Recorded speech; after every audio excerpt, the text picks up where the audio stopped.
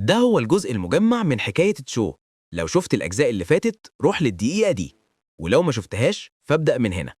في فصل مليان توتر في مدرسة جانج تشينج الثانوية رقم 2، السبورة مكتوب عليها إن فاضل يوم واحد بس على امتحان التوحيد. المدرس تشينج فان كان بيدي التعليمات الأخيرة. قال للطلبة اللي هيمتحنوا قسم الآداب يجهزوا أدوات الاي ار، ووجه كلامه بجدية أكتر للي هيمتحنوا قسم الفنون القتالية، وقال لهم يجهزوا عتاد القتال وأسلحتهم. وبعدين حذرهم من خطورة امتحان القبول الجامعي للفنون القتالية، وقال إنه ممكن يبقى مميت. نصح بشدة أي طالب قدرته المستيقظة أقل من المستوى دي إنه ما يدخلش الامتحان ده. من مكانه الطالب شو جينج مينج ابتسم بسخرية، حاسس إن التحذير ده موجه ليه شخصياً، وفكر في نفسه إنه اتنقل لعالم اسمه بلو ستار. العالم ده شبه العالم القديم اللي كان فيه من ناحية التكنولوجيا، بس المختلف إن فيه وحوش شرسة ودموية بتعيش وسط البشر. عشان يواجهوهم بعض الناس قدروا يوقظوا قوة خارقة. في العالم ده الناس بتقدر تصحى على قدراتها لما يتموا 16 سنة، وبيتم تقييمهم من المستوى F لحد S، بس أغلب الناس بيطلعوا بقدرات من F ل D بس. وهو بيتأمل قوته، شرارة صغيرة من البرق ظهرت في إيده. قال إن قدرته هي كهرباء ضعيفة من المستوى E، واتنهد بخيبة أمل لأنه قوتها مش أكتر من عصاية صاعق عادية. وهو سرحان، زميله الأشقر هوانج تيان خبط على مكتبه وقال له بسخرية: أنت لسه ناوي تدخل امتحان الفنون القتالية؟ يا زبالة الإي، هتفضح المدرسة كلها. وقال له يهدي نفسه ويدخل قسم الآداب أحسن، ووعده إنه لما يتخرج ممكن يشغله موظف صغير عنده في شركته. قبل ما شو يرد، زميلتهم لينج تشينج وقفت وقالت لهوانج يخليه في حاله، بس هو ضحك بسخرية وقال لها إنه هيوريها مين الأفضل في الامتحان. وهو ماشي بص على شو قال له ببرود: هتموت في ساحة الامتحان. بعد ما مشي لينج تشينج بصت على شو بقلق وقالت له ما ياخدش كلامه في قلبه، وإن قسم الآداب مش اختيار وحش. بس شو ما ردش، قاعد ساكت بملامح صعب تتقري. بص على استمارة تسجيله في امتحان التوحيد الكبير لمملكة شيا العظمى. الورقة مكتوب فيها إن قدرته من المستوى E، من النوع العنصري الكهرومائي. في مملكة شيا التعليم مقسوم لقسمين: آداب وفنون قتالية. اللي قدراتهم ضعيفة يقدروا يختاروا الآداب ويعيشوا حياة عادية، لكن طريق الفنون القتالية خطر جدا، لأن الطلبة لازم يدخلوا منطقة محددة ويقتلوا وحوش حقيقية لحد الموت علشان ينجحوا. بس اللي يقدر ينجو ممكن يدخل جامعة خاصة بمستخدمي القدرات، وهناك بعد سنين تدريب ممكن يبقى مقاتل قوي جدا حتى لو بدأ من الصفر. شو فاهم ليه أستاذه لينج تشينج قلقانين عليه، عارف إن هم خايفين عليه لو دخل الامتحان، بس هو عارف كمان إن الوحوش دي خطرها دايم ومش ممكن يفضل يهرب للأبد. فكر في الذكرى الأليمة اللي مقدرش ينساها، هجوم الوحوش اللي خلاه يركع وهو طفل قدام جثث أبوه وأمه. الذكرى دي وجعته بس زودته إصرار، هو مش عايز يكون ضعيف تاني. رفع استمارة التسجيل وقال بعزيمة: هختار امتحان الفنون القتالية. مع غروب الشمس كان شو جينج مينج في قاع التدريب بيتمرن بلا توقف على رمح طويل. مرة قدرته الكهربائية فيه، فبقى البرق الأزرق بيطلع من حواليه. صرخ وهو بيضرب ضربة قوية جدا، لكن التعب غلبه بسرعة. تنهد وقال: أنا تعبت قوي. وقع على الأرض والرمح جنجه. وهو ممدود فكر في تدريبه اللي مخلصش بقاله 2.5 سنين، ومع كل ده لسه مهارته مبتدئة. اشترى تقنية رمح اسمها كسر ريح البرق ب300,000، وبيعتقد إنها خلت قوته أعلى شوية من باقي اللي قدراتهم إيه. بس الفكرة المظلمة رجعت له: نسبة موت الطلبة اللي أقل من مستوى دي في الامتحان بتزيد كل سنة. الكلام ده خلاه مصمم أكتر، لو عايز يدخل جامعة المقاتلين لازم يحارب بكل ما يملك. قام وقرب من جهاز ورفع إيده ناحيته. فجأة شاشة زرقاء هولوجرام ظهرت وقالت: جاري تفعيل النظام. عينيه اتفتحت من الصدمة وهو مش فاهم إيه اللي بيحصل. بعد لحظات النظام خلص تفعيل وسأله: هل ترغب في استلام باقة المبتدئين؟ الشو كان مرمي على الأرض، بس لما فهم الموضوع وشه اتغير. ده ممكن يكون النظام الأسطوري اللي بيجيله كل اللي بينتقلوا بين العوالم. تحولت صدمته لحماس وابتسم ابتسامة عريضة وهو بيسأل نفسه: يا ترى الباقة فيها إيه؟ النظام عرض المحتويات فوراً: قدرة خارقة من المستوى S و200 نقطة قدرة. شو اتجمد من المفاجأة. قدرة من المستوى S دي حاجة نادرة جدا، في دولة كبيرة زي الشياه اللي عنده قدرة زي دي بيتخطف من الجامعات الكبرى وبيتدرب لحد ما يبقى من النخبة. شو مش قادر يصدق حظه. الفرحة خلت الأمل يملأ قلبه. هو دلوقتي فاهم إن حتى لو اتولد كزبالة من مستوى إيه، النظام ده ممكن يغير مصيره تماماً. رفع إيده اللي لسه فيها كهرباء ضعيفة وقال استلام. على طول ظهرت 3 نوافذ نظام. تم استلام باقة المبتدئين. تم إضافة 200 نقطة قدرة. جاري تحميل القدرة الجديدة من المستوى اس برق الإله السماوي البنفسجي. الطاقة دخلت جوه قلبه بعنف والألم كان لا يحتمل. قوة رهيبة انفجرت من جسمه والبرق البنفسجي اشتعل حواليه لدرجة إن هدومه اتقطعت. شريط التقدم ظهر قدامه وهو بيزيد تدريجيا والطاقة بتدمر كل حاجة في الغرفة. الانفجار كان قوي جدا لدرجة إنه كسر الشباك. الناس في الشارع تحت لاحظوا اللي بيحصل. واحدة أشارت وقالت إيه النور ده؟ وطفلها سألها بخوف. شاب بسرعة اتصل وقال الحقوا في حريقة عند شقة عيلة شو. وفي التوقيت ده شو كان بيتقلب على الأرض من الألم والنظام وصل ل50%. السما بره بقت سودة وفوق العمارة ظهر تنين ضخم متكون من برق أزرق بيبرق. القوة دي جذبت انتباه ناس كتير، منهم راجل في برج عالي وقال هو في وحش قوي بيهاجم المدينة. وفي مكان تاني قائد عسكري أمر الفيلق الثالث بحالة التأهب القصوى. البرق البنفسجي لف في السماء وبعدين نزل على جسم شو زي دوامة طاقة هائلة. شو صرح آخر صرخة والنظام وصل ل100%. الضوء اختفى والألم راح وظهرت رسالة بسيطة: تم إكمال تحويل القدرة. الطاقة هديت وشو لسه في قاعة التدريب المدمرة. قفل قبضته وحس بقوة رهيبة بتتحرك في جسمه. البرق الأزرق والبنفسجي كان بيطلع من إيده وابتسم بالثقة. عارف إن القدرة دي مختلفة تماماً عن القديمة. قال في نفسه إن قدرته القديمة كانت زي صاعق عادي، لكن الجديدة دي ممكن تمزق أي حد بضربة واحدة. بص حواليه في الغرفة المهدومة وقال يمكن عملت دوشة زيادة شوية، بس اتنفس صعداه إنه قدر يتحكم في الطاقة شوية. وبعدين افتكر ال200 نقطة قدرة اللي خدهم وسأل نفسه يا ترى دول بيتعمل بيهم إيه؟ النظام رد عليه وقال له إن النقط دي بيكسبها لما يقتل وحوش ويقدر يستخدمها علشان يزود مستواه ومهاراته. ابتسم بخبث وقال نظام غش بسيط عاجبني. قال للنظام يفتح له لوحة الحالة وفعلا ظهرت شاشة فيها بياناته: اسمه، مستواه كمواقف غير مصنف، قدرته الجديدة اس، وعدد النقط ال200. والامتحان فاضل عليه يوم واحد بس. شو عينيه بدأت تلمع بالبرق وقال في نفسه لازم يستخدم النقط دي بحكمة علشان يعلي قوته القتالية لأقصى درجة. البرق كان بيطلع من إيده وهو بيقول للنظام يوزع النقط. قرر يستخدمهم بعقل وقال كل القدرات جاية من الجسم والعقل، يبقى أبدأ أعزز الاتنين دول. النظام يشتغل وأرقامه بدأت تعلى بسرعة. جسمه بقى قوي وروحه أنقى. طاقة بنفسجية غامقة لفت حواليه. اتنفس بعمق وقال بدهشة ياه، إيه الإحساس بالقوة دي؟ رهيب. ضرب بنبوط إيده في الهواء ودوامة من البرق الأزرق والبنفسجي انفجرت قدامه، أقوى بكتير من أي حاجة قدر يعملها قبل كده. النظام أكد التحديث.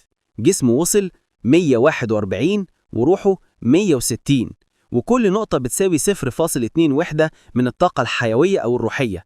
ابتسم وقال بثقة بالقوة دي دخولي جامعة الموقظين بقى مضمون. بس سأل نفسه أنا دلوقتي فين من باقي 700 ألف طالب في المقاطعة، خصوصا العباقرة اللي بيتدربوا من صغرهم؟ قرر يعرف بنفسه. ركل رمحه اللي كان واقع مسكه على كتفه وقال إنه رايح قاعة الفنون القتالية يختبر قوته الجديدة. وقبل ما يخرج باب شقته اتفتح برجلجة. 3 من رجال المطافي دخلوا بسرعة وهم مستعدين يطفوا الحريق. شو وقف مصدوم. القائد بص حواليه باستغراب وقال إن هم جايين بسبب بلاغ على الحريق هنا. شو بكل هدوء قال إن اللي حصل مجرد تدريب على القدرة وإن مفيش خطر. القائد صدقه، عارف إن الحوادث دي بتحصل كتير مع الموقظين، وقال في اللاسلكي الفريق يرجعوا.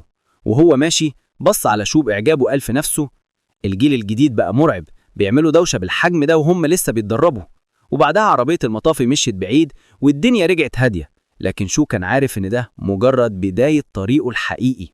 وهو ماشي في الشارع لابس زي المدرسة وشايل رمحه على كتفه، شو جينج مينج شاف جاره وعمه ويانج اللي سأله بقلق انت بخير يا ابني؟ سمعنا ان في حريقة عندكم امبارح. شو ابتسم وقال له بهدوء ما تقلقش يا عمو، كله تحت السيطرة. عمو يانج لما شاف الرمح في ايده ضحك وقال له برافو عليك يا شو، لسه بتتمرن حتى والامتحان بكرة، عندك حماس جامد اهو. الراوي وقتها شرح ان قاعات الفنون القتالية في العالم ده ليها أهمية كبيرة جدا. علشان أي موقظ يطور نفسه لازم يقوي جسمه وروحه مع بعض. القاعات دي بتوفر أماكن تدريب مجهزة، وده ضروري لأن مش كل العائلات تقدر تدفع تمن غرفة تدريب خاصة. أشهر سلسلتين في البلد هما قاعة الرعد والدب الوحشي. شو وصل لقاعة الرعد؟ الراوي وضح إن قاعة الدب الوحشي غالية جدا ومخصصة أكتر لأولاد الأغنياء، أما قاعة الرعد فمجانية لكل طلبة الثانوية، علشان كده مشهورة جدا. ولما دخل لقى القاعة مليانة ناس بتتدرب، وكان فيها وش مألوف بالنسبة له. بنت شعرها اسود طويل وعيونها حمرة، كانت تانغ تشي بنت عمه. قرب منها وقال لها: انت بتعملي ايه هنا؟ اتخضت وقالت له: جيت مع صاحبتي بس كده زيارة خفيفة. ابتسم شو وقال له بلطف: تمام، استمتعوا انتوا، انا هروح غرفة التدريب. وهو ماشي بعيد تانغ فضلت تبص عليه وقالت في نفسها: شكله متغير شوية. صاحبتها شياي ويا كانت فرحانة جدا وقالت بانبهار: ده وسيم جدا، هو مين ده؟ تانغ ردت: ده ابن عمي شو جينج مينج، في سنة تالتة زينا وعنده امتحان الفنون القتالية بكرة. شياي ويا قالت وهي بتحلم: واو، ده شكله ينفع حبيب مثالي. صاحبهم الولد ضحك وقال لها: ها، وقعتي في الحب من أول نظرة ولا إيه؟ قالت له وهي بتضحك: أكيد طبعا. تانغ قررت تنزلها على الأرض شوية وقالت لها: بس عارفة، قدرته المستيقظة من المستوى إيه بس. شاي ويا صرخت: ياه، خسارة. الولد ضحك وقال لها: بس بصراحة شجعته تحترم، إنه داخل امتحان خطير كده بقدرة ضعيفة. تانج قالت: الشجاعة لوحدها ملهاش لازمة لما الخطر كبير للدرجة دي. وبعدها غيروا الموضوع وتانج قالت: يلا نكمل جولتنا في القاعة. شياي ويا قالت وهي مبسوطة: أنا قضيت كل الثانوية في قاعة الدب الوحشي الغالية، بس قلت أجي هنا أستريح شوية قبل الامتحان الكبير. في الوقت ده شو لقى غرفة تدريب فاضية. وقف قدام هدف دائري كبير ومسك الرمح في إيده وحس إن الرمح خف جدا. اتأكد إن الرمح نفسه ما اتغيرش، جسمه هو اللي بقى أقوى بكتير. قال في نفسه: الرمح ده بقى قديم عليا، بس الامتحان بكرة، مفيش وقت أجيب واحد جديد. قرر يجرب قوته الجسدية من غير ما يستخدم البرق. أخد نفس عميق، شد عضلاته وضرب الرمح بكل قوته. الرمح دخل في نص الهدف وترك تشققات متفرعة زيه زي بيت العنكبوت. الشاشة اللي فوقيه عرضت رقم 321. الأجهزة دي كانت من معدن ذكي بيرجع شكله تلقائي. شو انصدم، ده قوته الجسدية بقت الضعف اللي كانت عليه. عارف إن أقصى قوة الواحد غير مصنف عادة بتكون حوالي 100 كالوري طاقة قتالية، يعني هو بقى قوي جدا حتى من غير قدرة. اتبسط وقال في نفسه: تمام، دلوقتي نجرب القدرة الجديدة. عينيه لمعت بلون أزرق والبرق البنفسجي بدأ يلف حواليه. نط في الهواء ونزل بالرمح على الهدف، وانفجار كهربي ضخم هز الغرفة. بص على الشاشة تاني، الرقم الجديد 3021. ابتسم بانبهار وقال: ده جنان، المعدل القياسي للموقظين من الدرجة الأولى 1000 بس، يعني هو اللي لسه غير مصنف عمل ضربة أقوى من موقظ من المستوى المتوسط. بس هو موقفش، البرق لسه بيطلع من جسمه، وقال بصوت عالي: ده مش أقصى حاجة عندي. قرر يستخدم حركته القاضية، ضربة بيدمج فيها كل حاجة: قوته الجسدية، قدرته، ومهاراته القتالية. ركز كل طاقته في الرمح اللي بقى متغطي ببرق بنفسجي ناري. لفه في دايرة كبيرة، ولما رس الرمح قربت من الهدف، البرق كله اتجمع في نقطة مضيئة واحدة، وصرخ: اكسر! وضرب. الرمح خبط في الهدف وانفجار بنفسجي ضخم غطى المكان كله. الانفجار كان قوي لدرجة انه عمل موجة صدمة شزت القاعة الفنون القتالية كلها. في القاعة الرئيسية الطلبة اتخضوا، وواحد منهم صرخ: ايه ده؟ زلزال؟ تانج وشياويا واصحابهم اتزحلقوا من مكانهم من شدة الهزة. الولد اللي معاهم حس بالطاقة وقال: دي طاقة موقظ حقيقي، مين اللي عمل ده؟ مفيش طلاب بالقوة دي هنا، كلهم في قاعة الدب الوحشي. تانج قالت: يلا نروح نشوف. مشوا ورا أثر الطاقة لحد ما وصلوا آخر الممر، ولما لفوا لقوا شو جينج مينج خارج من هناك ماسك رمحه وراسه متغطية بقماش. تانج نادت عليه بدهشة: شو انت هنا؟ رد بهدوء وقال: كنت بتمرن شوية، رايح أرجع أستعد للامتحان. قالها وهو ولا كأنه عمل حاجة. صاحبهم الولد قال بسخرية: سيبوه، واضح إن الطاقة دي مش منه. وأشار ناحية غرفة التدريب اللي شو طالع منها. راحوا كلهم يبصوا جوه واتصدموا. الغرفة كانت متدمرة بالكامل. الهدف المعدني المتقدم متفجر ومتكسر تماما، والحيطة اللي وراه فيها حفرة ضخمة مليانة ركام. المكان كله بقى أنقاض. لو الفيديو عجبك ما تنساش تدعمني بلايك واشتراك في القناة، واستنى الفيديو الجاي نازل قريب جدا. تانجي وشياويا والباقيين وقفوا مصدومين، مش قادرين يستوعبوا اللي حصل. كمية الدمار اللي اتسببت في أوضة تدريب مدرسة ثانوي كانت خرافية. شياويا وهي بتبص حوالينها قالت بدهشة: حتى ميدالية الذاكرة المتطورة اتفجرت، دي محتاجة هجوم عنيف جدا. وبعدين تساءلت: هو في حد في مدرستنا أو في مدينة جانج تشانجن ممكن يكون بالقوة دي؟ صاحبها الولد اللي شعره بني رص راسه وقال وهو بيلمس أطراف الحفرة: مستحيل. الطاقة اللي باقية هنا عنيفة جدا على إنها تكون لطالب ثانوي. ده أكيد مستخدم قدرة من المستوى التاني دخل الدور ده بالغلط. واحد تاني من صحابهم وافقوا وقال: حتى العباقرة اللي في العاصمة ما يقدروش يعملوا كده. مستحيل حد بالقوة دي يكون في مدينتنا الصغيرة.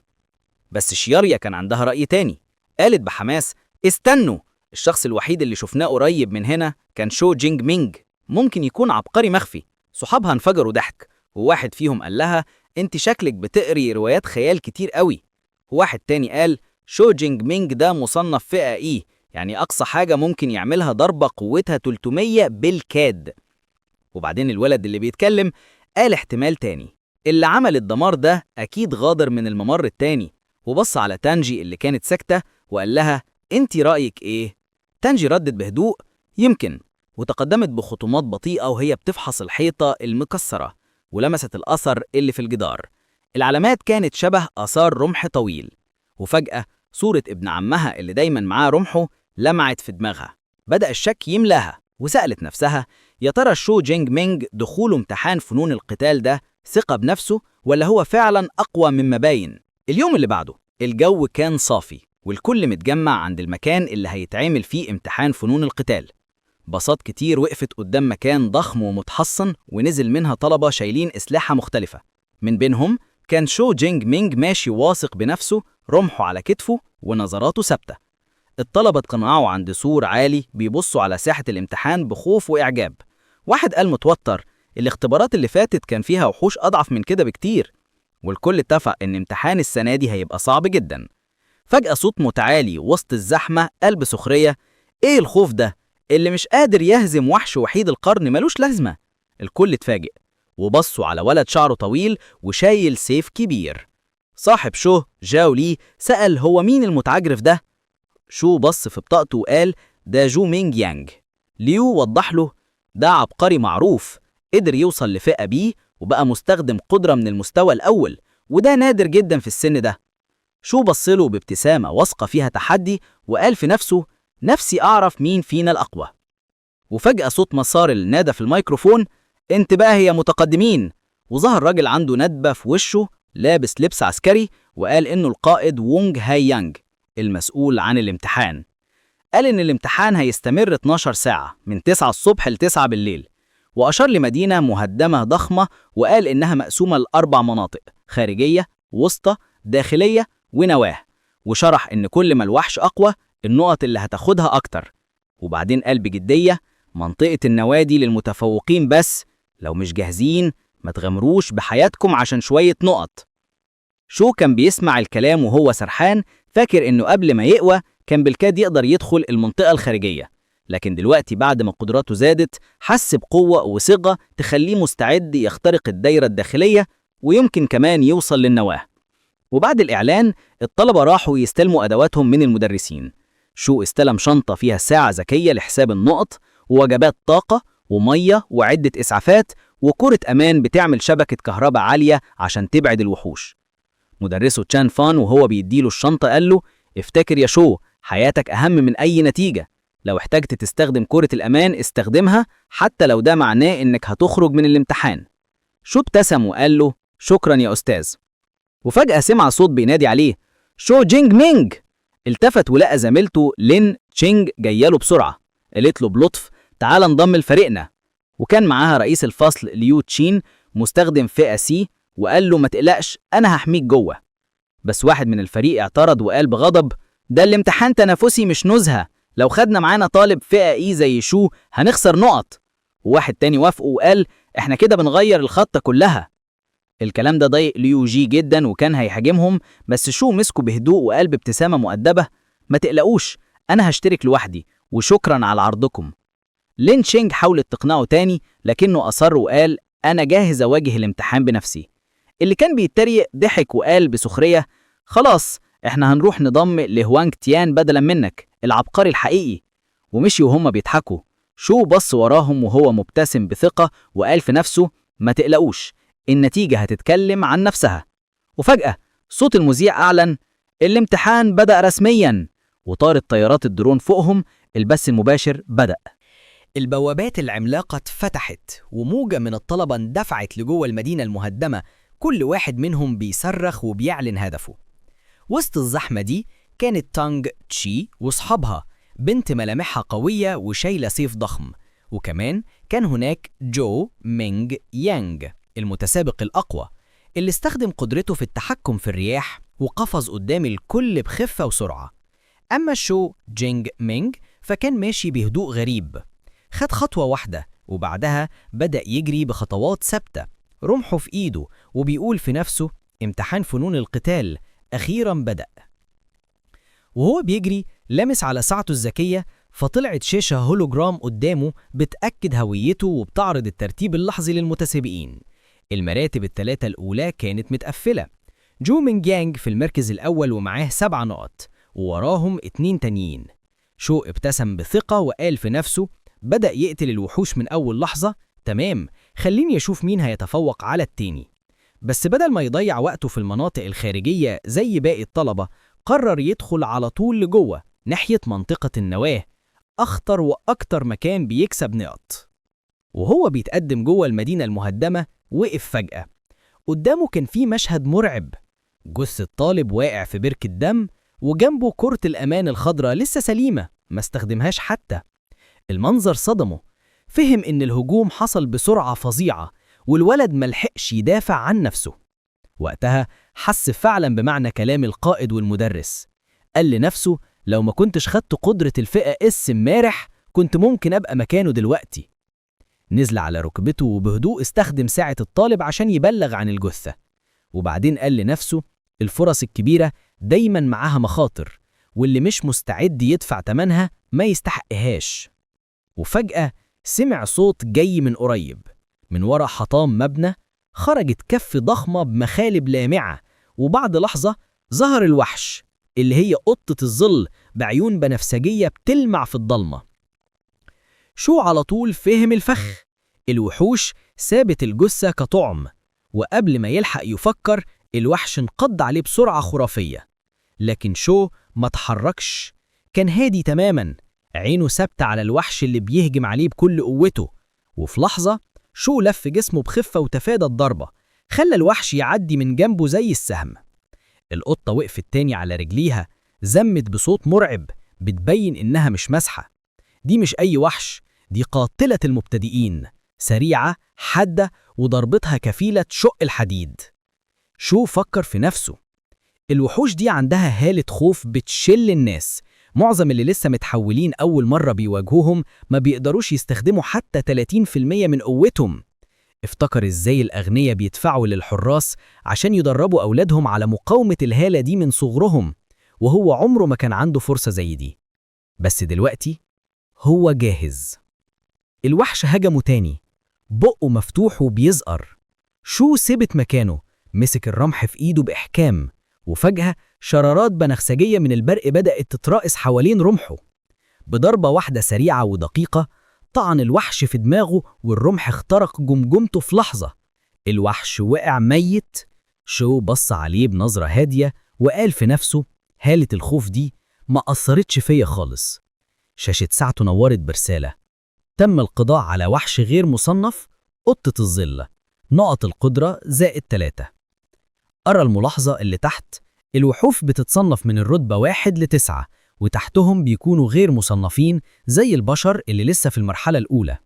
بص على الخريطة وقال في نفسه 3 نقط بس، لا كده ضياع وقت. قرر يدخل أعمق ناحية المنطقة المركزية، وهو بيتقدم كان بيقتل الوحوش زي ما يكون ماشي في نزهة: قطة ظل، خنازير حديدية، ذئاب رمادية، كل ضربة ب3 ل5 نقط. بس بدأ يلاحظ حاجة: قوته الجديدة بتقتلهم بسرعة جدا لدرجة إنه ما بيتعلمش حاجة من القتال. وفوق كده القدرة دي بتستهلك طاقة بشكل مجنون، مش زي قدرته القديمة اللي كانت بتدوم للساعات. دلوقتي لو استخدم قوته الكاملة بالكاد هتستمر ساعة. ففكر وقال الامتحان 12 ساعة، لو فضلت كده هخلص طاقتي بدري. واتخذ قرار: من دلوقتي هحارب بس باستخدام تقنيات الرمح، أتعلم وأوفر طاقتي. بس أول ما قرر كده الأرض اتهزت. وحش ضخم جدا ماشي على رجلين برأس وحيد القرن الضخم ظهر قدامه. وحش وحيد القرن البشري، صاحب صوت يهز المدينة، واندفع نحوه. شو مهربش، ثبت مكانه. الوحش نطحه وضربته كانت قوية جدا لدرجة طيرته في الهواء، لكن شو استخدم الدفع نفسه، لف في الهواء ونزل على ظهر الوحش وطعن رمحه في دماغه بثبات مميت. الوحش وقع على الأرض، جثة ميتة. شو وقف وهو بيتنفس بهدوء وقال لنفسه: بقيت أسرع، حتى الوحوش القوية دي بقت سهلة. فجأة خطر على باله: مش يا ترى تقنيتي بالرمح اتطورت؟ فتح لوحة النظام، فعلا مهارة الرمح ارتقت للمرحلة المتوسطة والنقط بتاعته وصلت ل 256. ابتسم وقال: واضح ان السلاح هو مفتاحي الحقيقي، واستخدم النقط عشان يطور المهارة تاني. في لحظة سيل من المعلومات نزل على دماغه: حركات جديدة، زوايا، أساليب هجومية متقدمة، كلها دخلت في عضلاته كأنه اتدرب عليها سنين. مسك راسه من المفاجأة وقال: ده خرافي. بعد شوية وقف وسط المدينة المهدمة ماسك رمحه وابتسامة واثقة على وشه: عاوز أجرب قوتي الجديدة على وحش من الرتبة الأولى. وفي مكان تاني من المنطقة الخارجية كانت لينج تشين وفريقها بيتحركوا بين الشوارع. لينج توقفت فجأة وقالت: استنوا، أنا شايفة حد شكله شو جينج مينج. واحد من الفريق ضحك وقال: إيه ده؟ شايفة أشباح ولا إيه؟ هو شو هيكون هنا؟ ده انتحار لطالب فئة إيه. بس لينج كانت مش مطمنة. الإحساس جواها بيقول إنها فعلا شافته. قبل ما تكمل كلامها واحد من الفريق ندالهم: تعالوا بسرعة. لما وصلوا اتجمدوا في مكانهم. قدامهم جثة وحش ضخم وحيد القرن ولسه الدم سايل منه. واحد ركع وفحص الجرح وقال مذهول: ده أثر رمح. الكل تبادل النظرات صدمة، ولسان حال لينج بيقول: مستحيل، ممكن فعلا يكون شو؟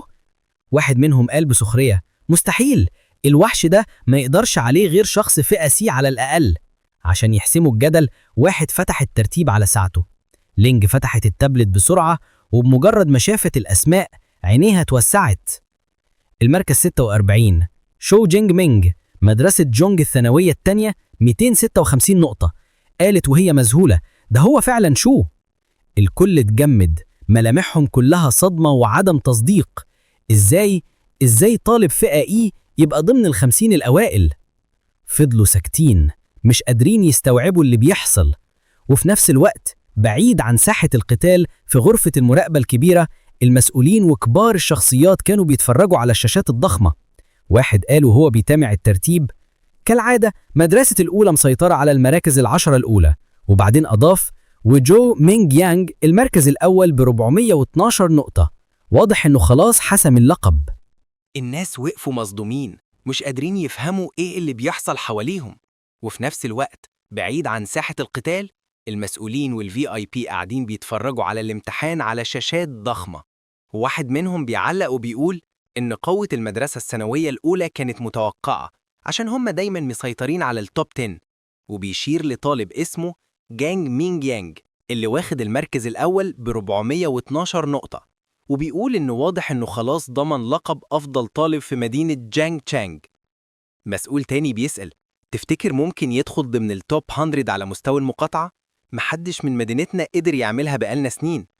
المدير جانج وين شان من إدارة التعليم بيضحك بثقة وبيقول: أكيد جو مين جانج ده ورقتنا الرابحة، وأنا واثق إنه هيكسر الرقم ويدخل التوب 100.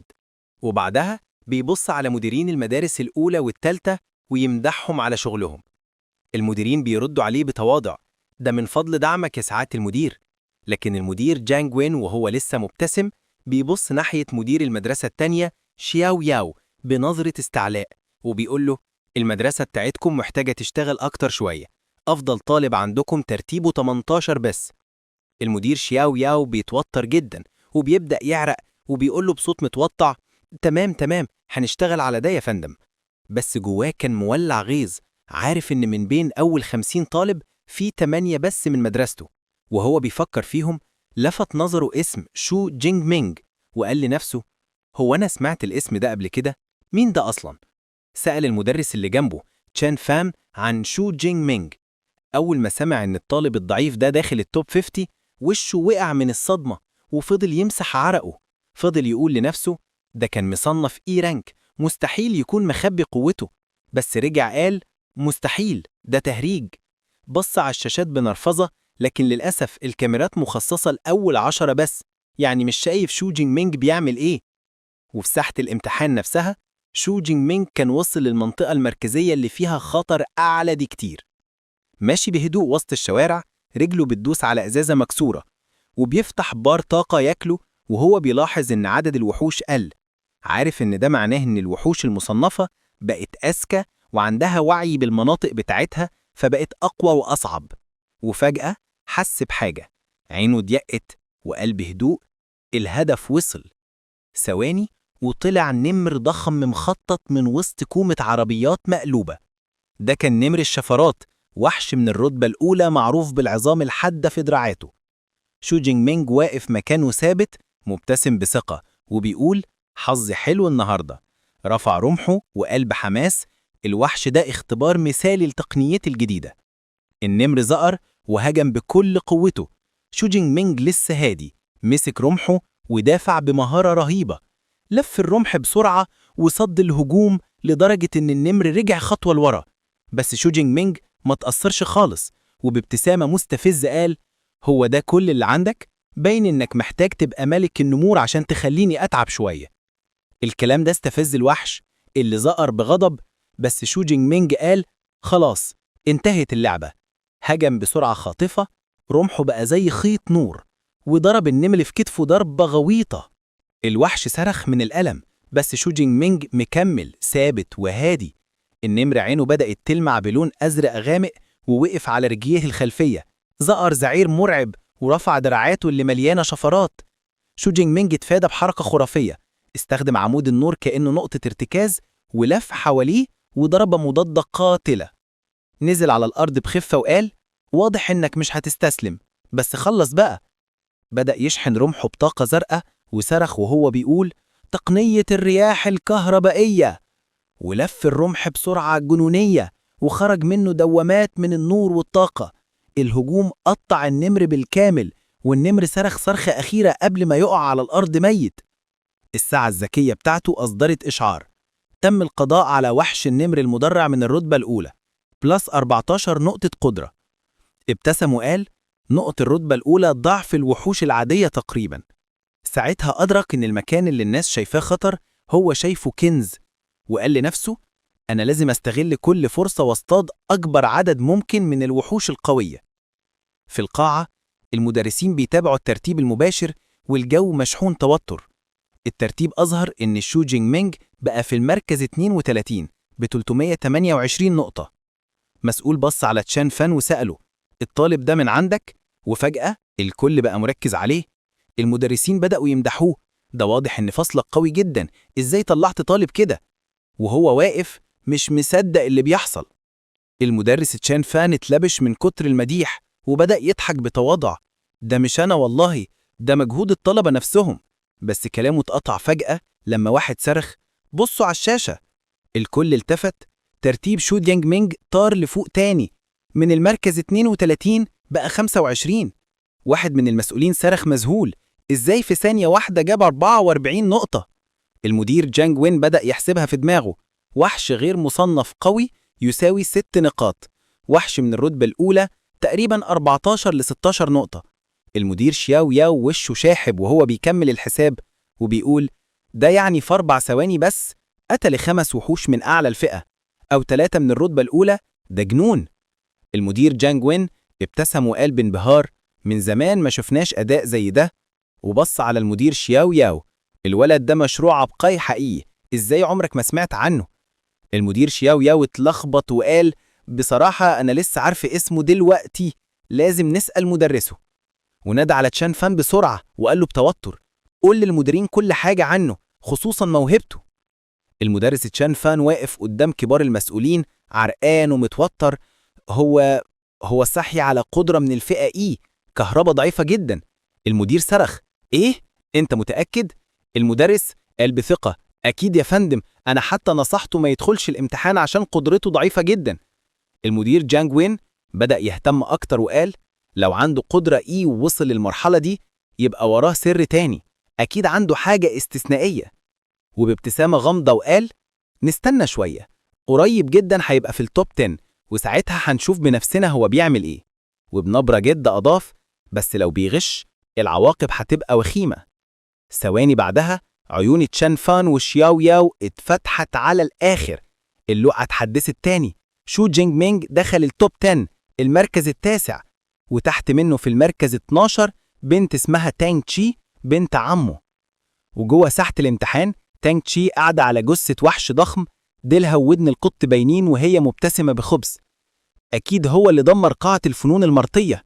وفي نفس الوقت جو مينج اللي كان الأول لمح الاسم الجديد في الترتيب، قال لنفسه باستغراب في وش جديد دخل التوب 10 ولسه باقي 6 ساعات، عمري ما سمعت عنه قبل كده. وبما إن شو جينج دخل التوب 10 الكاميرا المخصصة راحت عليه، الكل في القاعة بيتفرج عليه وهو بيقتل وحش من الرتبة الأولى برمحه بسهولة مرعبة. ولما الوحش وقع ساعته سجلت بلس 14 نقطة جديدة. قال بهدوء المنطقة دي أسرع في جمع النقاط، واضح إن دي الطريقة الصح. وبص فوق وشاف الدرون وضحك وقال كده أنا دخلت التوب 10. وقف فوق جثة الوحش وقال لنفسه الامتحان ده مش بس قوة، ده كمان شهرة، مفيش داعي أخفي قوتي بعد كده، التوب 10 مجرد البداية. فتح النظام بتاعه وشاف الرمح بقى تقنية متقدمة وعنده 312 نقطة قدرة، بس لسه ما ترقاش للمستوى الأعلى. قال بأحباط بسيط يبقى الترقية مش بالنقاط، لازم طريقة تدريب خاصة مش هقدر أعملها دلوقتي. فقرر يعزز صفاته الأساسية، رفع القوة البدنية بلس 40 والروحانية 22. اتنفس بعمق وقلب حماس، تمام دلوقتي أقدر أروح للمنطقة الأساسية. وصل هناك والمنظر كان جحن، 9 نمور مدرعة بياكلوا جثة وحش ضخم شبه الوحيد القرن. شو جينج مينج واقف على بعد خطوة وقلب ابتسامة، الوليمة بدأت، لكنه حس بوجود تاني. قال بهدوء اطلع أنا عارف إنك مستخبي. وخرج جو مينج من ورا الركن بابتسامة إعجاب، حاسة قوية جدا، ما كنتش متخيل اللي دخل التوب 10 هو أنت. شو جينج مينج قال له برود عرفت اسمي إزاي؟ جو قال أنا حافظ كل المنافسين اللي ممكن يدخلوا المنطقة دي، وانت الوحيد اللي طلعت فجأة من المجهول. رفع سيفه وقال كنت براقب قطيع النمور ناوي أهاجمهم. شو جينج مينج قال له بنبرة حذرة هتسرق الوحوش بتوعي؟ جو ضحك وقال لا يا راجل، بس القطيع ده فيه 9 نمور ومعاهم ملك النمور المدرع، محدش يقدر عليهم لوحده، نتعاون؟ شو جينج مينج ابتسم بسخرية وقال كلمتين بس مش محتاج، ومشي بخطوات واثقة قدام النمور. كلهم بصوا عليه وزقروا بصوت مرعب. ملك النمور اتحرك وقف على الجثة وزقر كأنه بيقول ده مداني. شو جينج مينج ضيق عينه وقال زي ما توقعت، متقسمين في تشكيل معقول كويس. واحد من النمور هجم فجأة بس شو جينج مينج ما اتحركش، ماسك رمحه بثبات، لف الرمح بسرعة رهيبة لدرجة إن شكله بقى دايرة شفافة، وبضربة واحدة خرجت موجة ضخمة من إطاقة مزقت الهجوم كله. النتيجة 3 نمور اتقطعوا في ثانية واحدة، الدم مال الشارع والإشعارات نزلت ورا بعض، بلس 14 بلس 14 بلس 14. جو مينج اللي مستخبي ورا بيت عينه وسعت من الصدمة، ده مش إنسان ده وحش. ملك النمور زقر بغضب لدرجة إن الزجاج في العمارات اتكسر، حتى جو مسك دماغه من قوة الصوت. بس شو جينج مينج واقف في وسط العاصفة ولا كأن في حاجة حصلت. قال بهدوء الصرحة دي يمكن تخوف غيري بس مش أنا. النمور هجمت عليه من كل ناحية، بس شو جينج مينج كان بيتحرك النمور هجمت عليه من كل ناحية، بس شو كان بيتحرك زي البرق، بيرد الهجمات بدقة مميتة. قفز فوق ظهر واحد استخدمه كمنصة، لف في الهواء وهو في الجو صرخ وضرب الملك ضربة فوق دماغه. الرمح نزل بقوة خارقة، شق الجمجمة نصين، النمر وقع ميت. الإشعار جه بتم القضاء على ملك النمور المدرع زائد 20 نقطة قدرة. جو مينج وقع على ركبته مذهول. ده ازاي؟ لوحده؟ وشو ابتسم وهو شايف النقاط بتزيد بجنون. جميل، ولسه الامتحان مخلصش. قرر يدور على فريسة تانية، لكن جو خرج جري وقال له استنى، ازاي قدرت تعمل كده؟ قدرتك تقوية جسدية. وشو وهو بيقفز بعيد قال بهدوء كهربا. جو مسك شعره وقال بغضب كهربة ايه يا عم انت بتستهبل؟ فتح ساعته بسرعة وعينه وقعت على الكارثة. شو جينج مينج 1122 نقطة، جو مينج 985 نقطة. سرح جو بصوت عالي ازاي؟ أنا بقيت التاني؟ وفي قاعة المشاهدة الدنيا اتقلبت. المدير جانج وين واقف مبسوط جدا وقال الولد ده عبقري بحق، شوفوا مهارته بالرمح، ده فخر المدينة. وخبط على كتف شياو ياو وقال بعد الامتحان مدرستكو ليها معاملة خاصة. المدير شياو ياو عينيه دمعت وقال أخيراً المدرسة التانية طلعت نجمها. بعد 3 ساعات في المنطقة الأساسية جو مينج ماشي تايه. فين الوحوش كلها؟ صوت وراه قال له اسأل الطالب الأول الجديد. بص وراه لقى بنت عمه تانغ شي ومعاها وانها ومينج دي. تانغ قالت وهي بتشير للشوارع الفاضية شو جينج مسح المنطقة كلها، مفيش وحش واحد باقي. جو اتصدم وقال مستحيل، شخص واحد؟ تانغ ضحكت وقالت بص على ترتيبه دلوقتي. فتحت الساعة والكل اتجمد. شو جينج مينج 3435 نقطة. تانغ قالت بهدوء يعني قتل حوالي 200 وحش في المنطقة دي لوحده. جو حس بعرق بارد بينزل من جبينه وقال بصوت واطي ده ما كانش خايف حد يسرق منه الوحوش، ده كان ناوي يحتكر المنطقة كلها. وانها قال فضل وقت قليل احنا قررنا نخش أعمق منطقة في النواة، هناك في وحوش من الرتبة الأعلى، حتى ملوك من المستوى التاني. مينج دي رفع سلاحه وقال انضم لينا، لوحدك هتموت. جو قال بحماس تمام اعتبروني معاكم. وفي لقطة هادية فوق سطح مبنى تحت ضوء القمر شو جينج مينج قاعد فوق كومة جثث الوحوش، الرمح مغروس جنبه، نفسه تقيل والإمدادات خلصت. بص للسما وقال بهدوء لسه ما طفتش عن عطشي، لازم أتعمق أكتر. شو جينج مين كان قاعد لوحده فوق كومة ضخمة من جثث الوحوش اللي قتلها، رمحه مغروسة جنبه، المؤن اللي معاه خلصت خالص، وهو عارف إن الامتحان قرب يخلص، بس سعيه لقى القوة لسه مخلصش. قرر إنه لازم ينزل أعمق عشان يجيب نقط قدرات أكتر، عارف إن في قلب المنطقة الداخلية في وحوش شرسة من الرتبة التانية، فقرر يقوي نفسه آخر مرة. فتح لوحة النظام ولقى إنه مجمع 2413 نقطة قدرة، ابتسم بخبث وقرر يستخدم النقط دي في الترقية. بعد ما فعل القوة الجديدة وقف فوق جثة مخلوق ضخم شبه الدب وطلع نفس راحة. كان واثق إنه بالقوة دي يقدر يواجه نهائي الامتحان القتال السنة دي. في الوقت اللي باقي الطلبة المتفوقين كانوا بيتسابقوا ناحية المنطقة النهائية، بدأت الجولة الأخيرة. وفي أعماق المنطقة الداخلية طلع وحش مرعب جديد من وسط الأنقاض، مخلوق ضخم شبه الديب بفرو أبيض وعيون حمراء بتلمع وبلورات حمراء خطيرة على ظهره. لما التحدي الأخير ظهر وصل شو جينج للمكان هادي ومستعد، مسك رمحه وعلى وشه نظرة ثقة، وهو بيفكر يا ترى الاختبار محضر لي أنهي وحش من الرد التانية المرة دي. في اللحظة اللي شو جينج وصل فيها للتحدي الأخير فريق الطلبة الأوائل كمان وصل. أول ما شافوا المخلوق الضخم اللي على ظهره البلورات عرفوه على طول، هو دب متوحش عطشان للدم. الوحش وراهم قوته، حطم عربية بضربة واحدة من مخلبه والمشهد رعبهم كلهم. جو مينج يونج صرخ وإحنا في مصيبة. مونجي شرحت إن الوحش ده نادر، جلده صلب زي سبايك الدرجة إيه، حتى الصواريخ ما بتأثرش فيه، وأضافت بخوف إن ضربة واحدة من مخلبه كفيلة تقتلهم كلهم فوراً. تانج اقترح ينسحبوا من المهمة، الوضع خطر أكتر ما توقعوا. فاهمين إن المجمع مش محروس بس من ملك الوحوش، لكن كمان من قطيع ضخم من وحوش الدرجة الأولى. قال واحد منهم بعبوس لو دخلنا الحشد هيمسحنا قبل حتى ما الدب ده يتحرك. واحد من الفريق قرر ينسحب فورا وقال ملهاش لازمة نجيب درجة عالية لو هنموت. جو مينج يونج حاول يمنعه وقال له بغضب إيه لازمة الشجاعة لو هتهجم على قطيع وحوش وتموت. الفريق انكسر معنوياته تماما. فجأة مونج دي شاور على المجمع وصرخ بصوا هناك. شافوا شخص داخل المنطقة الخطيرة لوحده. تانج اتوسعت عينيها لما عرفته. ده شو جينج مينج ماشي من غير خوف في قلب الحشد وهو بينط بخفة جوه المجمع. الباقيين اتصدموا مش مصدقين.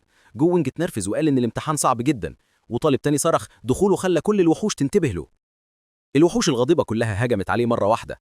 شو جينج وقف ثابت في نص الشارع وفي لحظة اتغلف كله بالمخلوقات الهمجية. الطلبة فوق السطح كانوا بيتفرجوا برعب. تانجي كانت قلقان على ابن عمها، وهاو قال ان تصرفه متهور جدا. تانجي قالت انها لازم تروح تساعده، لكن مونج دي مسكه، وهاو قال لها انت مجنونة، ده انتحار. تانجي أصارت بياس، ده ابن عمي مش هقف اتفرج عليه بيموت. قبل ما تلحق تتحرك انفجار ضخم من برق بنفسجي وازرق خرج من وسط الحشد. القوة كانت رهيبة لدرجة ان النور خلاهم يغطوا عينيهم. جومينج اتصدم وقال ده البرق اللي كان بيتكلم عنه شو جينج. ولما البرق اختفى شافوا مشهد مذبحة. كل الوحوش من المستوى الأول اتحرقت وجثثهم متفحمة حواليه، وهو واقف لوحده البرق بيطلع من جسمه. قال إن قوته البدنية لوحدها ما كانتش كفاية فاضطر يستخدم قدرته الخارقة. ابتسم بثقة وهو حاسس بقوة قدرته من الدرجة اس. بعد ما خلص على الوحوش الصغيرة ركز على التحدي الحقيقي، الدب المتوحش. الوحش زقر بصوت يهز الأرض، بس شوجينج فضل هادي بيحلله. لاحظ إن الدب ضخم بس مش رشيق، فقال لنفسه بالبرق بتاعي أقدر أتعامل معاه. بس اكتشف إن ليه أتباع صغيرين فقرر يخلص عليهم الأول. اتحرك بسرعة خرافية، جسمه متعزز بالبرق وبدأ يطهر المنطقة. قتل قط ظل عالي الرتبة وساعته أكدت له الكيلو اديته 13 نقطة. ابتسم وقال لنفسه إن القوة دي جامدة جدا بس خطر يفضل فيها كتير. بعد ما خلص على الباقيين وضرب آخر وحش كسب 15 نقطة كمان. المنطقة اتطهرت والنهائي بدأ. الدب زقر وهاجم حط الأرض بمخالبه وخلق موجة شكم.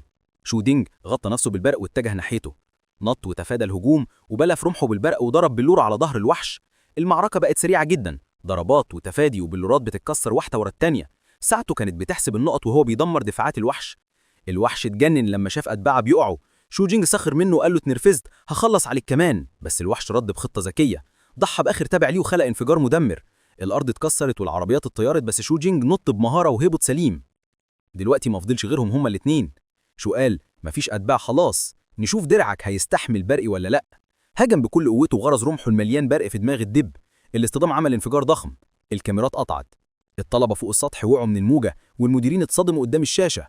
المدير جانج انفجر وقال له شاوياو ده تسميه قدرة من الدرجة إيه، أنت بتهزر. مسؤول تاني قال مذهول ده بيقتل وحوش من الدرجة الأولى ويقاتل رتبة تانية، حتى المستخدمين من الدرجة إيه بيتعبوا. المدير شاوياو قال ممكن تكون طفرة نادرة. جانج ضحك وقال بعد النهاردة اسم شو جينج هيهز الأمة كلها. بس النتيجة على الأرض كانت مختلفة. الوحش اتصاب بجرح كبير بس لسه عايش، زقر وضرب شو جينج بمخلبه وطار بعيد. اتصدم ان هجومه ده كله ما عملش الا خدش بسيط.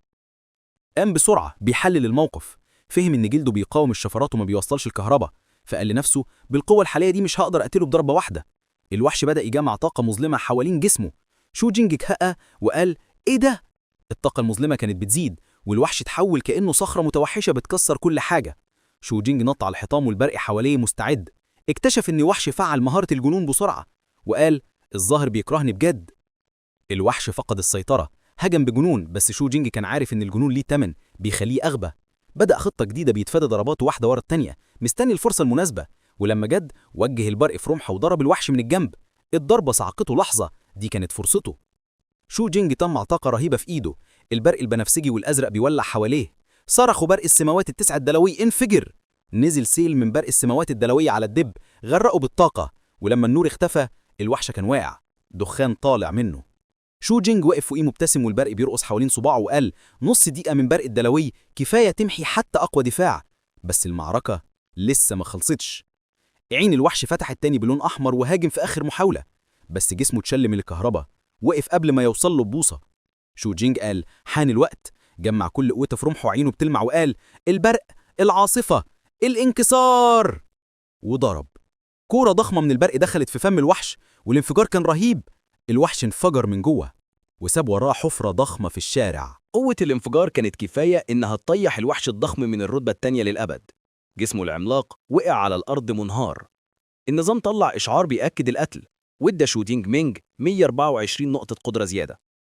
ركع شو جنب ملك الوحوش وهو بيتنفس بارتياح، معلن إن المعركة الأخيرة خلصت خلاص. قال في نفسه إنه علشان يقدر يتعامل مع وحش من الرتبة التانية كان لازم يطور تقنية عاصفة البرق، ووضح عليه الرضا وهو حاسس بقوتها. ابتسامة النصر طلعت على وشه. لاحظ إن المعركة كلها ما خدتش غير دقيقتين، لكنها كانت أمتع وأعنف معركة دخلها في حياته. بعدها بدأ يتساءل عن عدد النقط اللي ممكن يكسبها لو خلص كل الوحوش اللي في المنطقة المركزية. مع حلول الليل الامتحان خلص رسميا. في المدرجات النتائج ظهرت على الشاشة الكبيرة والجمهور بدأ يهتف بقوة. المركز الأول راح لشو جينج مينج بنتيجة خرافية 10835 نقطة. المركز الثاني بفارق ضخم كان جو مينج يانج ب 1113 نقطة، وبعده وهاو ب 945. المسؤولين كانوا في حالة فرح هستيرية. المدير جانج وينشان والمدير شاو ياو والمعلم تشينفان قاموا واقفين بيهللوا، بيقولوا إن شو مش بس كسر رقم مدينتنا القياسي، ده كمان كسر رقم مقاطع الجانج نان كلها. وصفوه بالعبقري.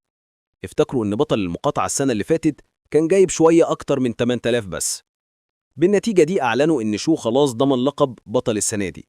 كان واقف وسط الدمار بيبص للسما وابتسامة هادية على وشه، حاسس بالفخر.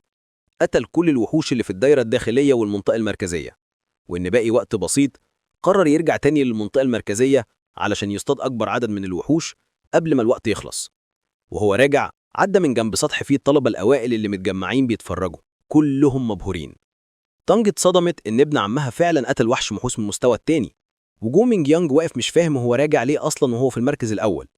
مانج دامات توقعت صح وقايت إنه رايح المنطقة المركزية.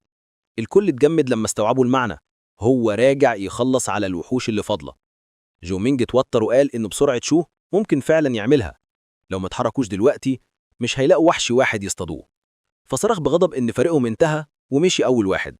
الباقيين لحقوه بسرعة. بعد ساعة الإعلان الرسمي كان ذاع في المكان كله. امتحان دخول كلية تشونغ تشينج الفنون القتالية لسنة 2037 انتهى. ما بقاش في أي نقط بتتحسب. الكل الطلب يرجع. الطلبة اللي فاضلين بدأوا يتفاعلوا. تانجي منهكة مسحت العرق وقالت أخيرا خلصنا. في حتة تانية طالب كان على وشك النجاح بس ناقصه وحش واحد فانهار، وآخر كان بيعيط من الفرح علشان نجح بالعافية. وسط الفوضى شو وقف فوق آخر وحش قتله، باين عليه مش راضي، بيممتم خلص كده كنت لسه سخنت. وهو ماشي بره المكان استقبلوه الحراس بوشوش فيها تعب وراحة في نفس الوقت. بره شاوية وصاحب طانجي لسه مصدومة من قوته، مسكت في طانجي وقالت لها للمرة الثالثة هو شو جينج فعلا ابن عمك؟ طانجي قالت وهي مرهقة أيوة هو. شاوية وش أحمر وقالت بحماس لازم تجيبي لي رقمه. طانجي قالت باستغراب امبارح كنت بتقولي مش فارق لك. ده كان امبارح، دلوقتي ده الأول على الامتحان. وفجأة دوشة كبيرة حوالين البوابة، حد بيصرخ وقال هو جاي، شو جينج جاي. التجمع كل الطلاب بيهتفوا. شو خرج من البوابة ماسك حربته على كتفه وشه هادي. الناس بتسقف وتهتف، شوية بيهزروا معاه ادينا 100 نقطة يا بطل. ضحك ولوح بإيده مستمتع باللحظة وهو ماشي ناحية الأتوبيسات. وها وجو مينج يانج كانوا بيتفرجوا عليه من بعيد. وها قال كان المفروض تبقى مكانه يا جو. جو ابتسم وقال أنا راضي، بصراحة ما كنتش متخيل المدرسة التانية تطلع وحش بالشكل ده. قبل ما يركب الأتوبيس المدير شياو ياو نداه وهنقه بنفسه وقال له إن المدير جانج عايز يوصله بنفسه. شو بس للحشد وقال تمام كده أريح. ركب عربية سودا فخمة مع المسؤولين وساب المكان. جوه العربية المدير سأله ناوي تروح أنهي جامعة قوة خارقة؟ شو قال بصراحة إنه ما فكرش، كان كل تركيزه على التدريب بس. المدير طمنه وقال له إن بتركيبه ده أي جامعة هتتمناه، بس نصحه يركز على ال3 جامعات الكبار لأن نص أبطال البلد جايين منهم. بدأ يشرح له الأولى جامعة شانججينج، دي حكومية، اللي يتخرج منها بيخش النظام وبيخدم البلد. التانية جامعة مودو، معروفة بالموارد القوية ونوادي النخبة. التالتة جامعة جينكينج، قديمة جدا وليها أساتذة جامدين، كلهم عندهم طرق تدريب من الدرجة الأولى، نادرة ومش متاحة للعامة. المدير وضح له إن الطريقة العادية ممكن تاخد 3 أو 4 سنين علشان تطورك، إنما الدرجة الأولى نص سنة بس، وقال له بتركيبه ده أكيد هياخد قبول خاص حتى من الجامعات دي. بعد ما رجع شو بيته متأخر، تاني يوم صحي، أخد شاور، فتح النظام، لقى عنده 2534 نقطة قدرة. قال كفاية كده كبداية للجامعة. وهو بينشف نفسه بدأ يفكر لو في مسابقات صيد وحوش في الجامعة. قرر إنه لازم يدخل البرية علشان يفضل يقوي نفسه. في الوقت ده بنت عمه تانجي وصلت بيته مع أمها شو تشينجوان. شافوا الباب مكسور فقالوا فرصة نعمل له مفاجأة. دخل وصاح التنجيم فجأة: مفاجأة! بس التوقيت كان فاشل جدا. شو كان لسه طالع من الحمام لافف فوطة بس اتجمد مكانه من الصدمة، وعمته كمان مش مصدقة. بصت حوالين الشقة المدمرة وقالت بغضب: ايه الخراب ده؟ اتكلم الراوي في دماغ شو وافتكر ان بعد ما اهله ماتوا عمته هي اللي كانت ربته واهتمت بيه كأنه ابنها. بعد لحظات احراج قعد معاهم. عمته قالت انها كانت قلقانة عليه جدا في الامتحان وان اهم حاجة انه رجع سالم. شو استغرب وقال لها: ما تانج ما قالتلكيش النتيجة؟ تانج ضحكت وقالت: خليه هو يقول. قال لها بخجل: جبت فوق 10,000 نقطة. عمته شهقت، الشراب طار من بقها وقالت: ايه؟ تانج قالت: 11,124 نقطة كمان. عمته ما اتكلمتش لحظة وبعدين قامت بتبكي من الفرح وحضنته بقوة. أبوك وأمك أكيد فخورين بيك يا ابني. وفي نفس الوقت في غرفة اجتماعات فخمة مجندين الجامعات كانوا بيتناقشوا. واحدة عرضت بيانات شو قالت: ولد عنده القدرة المفترضة من الدرجة إي وجاب النتيجة دي. واحد قال لازم نضمه فورا. التاني شكك وقال مستحيل. التالت قال ممكن قدرته A أو S. وفي وسط الجدل قامت واحدة كبيرة في المنصب وقالت بحسم: سجلوه كمتدرب خاص من الدرجة S مؤقتا، وأنا هروح بنفسي جانج تشينج أتأكد.